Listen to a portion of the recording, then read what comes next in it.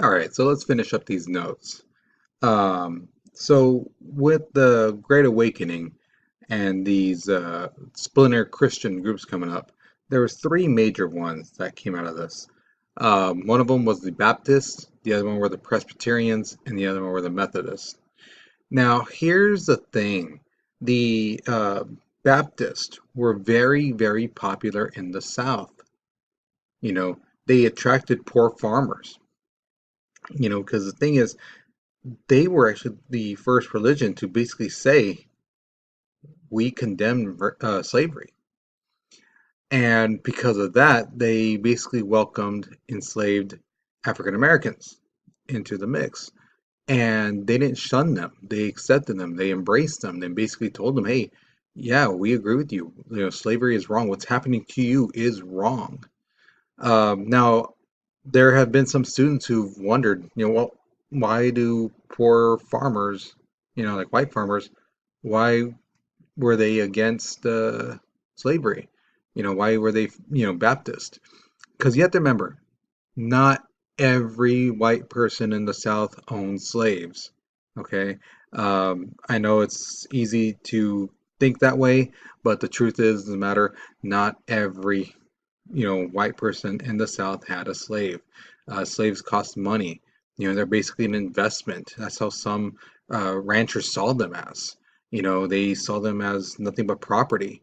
They're gonna do this for me for so many years, and then from what they produce, I can buy more land and this and that, and get more slaves and things like that. So that's how they were seen as. Um, and the thing is, these large plantation owners, a lot of times what they would do when these other poor farmers who only had like maybe a couple acres to their name, you know, when they would try to buy more land, they were denied because, they're smaller, they can't, maybe they might not be able to afford it. Whereas a plantation owner who has money, who has, could easily, if they needed the money, could easily sell some slaves, you know, uh, could buy that land easily. So banks kind of favored plantation owners. Um, and also too, like with Lincoln's dad, which you're going to find out later on um, in the future, basically paperwork was quote unquote missing or lost um, to Lincoln's dad's property title. When he wanted to, basically stake a claim, and that's why they moved around, and that's why Lincoln's father hated slavery, not because of what it was, and the treatment of African Americans. Truly, really wasn't. It was that he saw that it wasn't fair that the giant people, the plantation owners, are basically kicking around the white people. The poor white people are trying to make a place in this world, and these rich people, powerful people, are not letting them. So that entails kind of goes with Lincoln's story, but in this case, that's why a lot of poor white farmers didn't like slavery. Okay. All right. So this is kind of a little bit of a foreshadowing type of thing. But my question to you is this. This is the last question. Which group of people, the enlightened or the awakened, and if you can't remember who was which, you can always look at your notes, or you can always just go back to the first video and see that part. Um, which of those do you think favored independence from England and why? Okay, so which one do you think favored independence from England and why? So there's a writing prompt on the bottom there you see. I believe that and you put which one, enlightened or awakened, people would favor independence from England because, and give your explanation.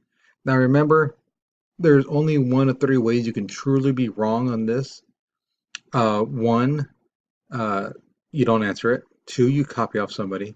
Or three, your answer is so left field it makes no sense whatsoever.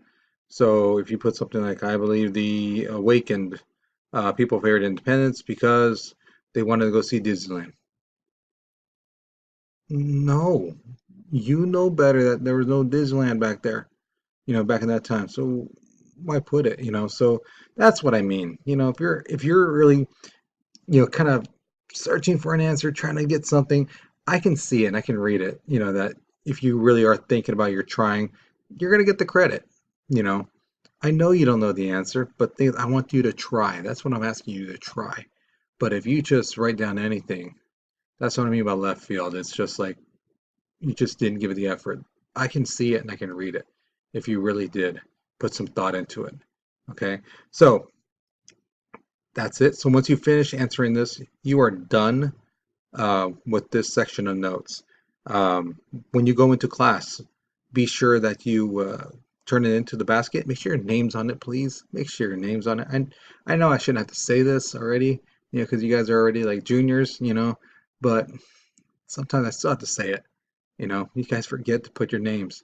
That should be the first thing you do, okay? So make sure your names are on these notes, whether it's my packet or your own line sheet of paper. If you can, if you have my packet, you'll see on the paper it says Monday, Wednesday, and then there's Tuesday, Thursday. Circle which one you are. Okay, that helps me out a little bit more. But other than that, be sure you turn it in to the black basket right when you come through the door. And that's basically it. All right. Hope to see you later, and have a good day. All right.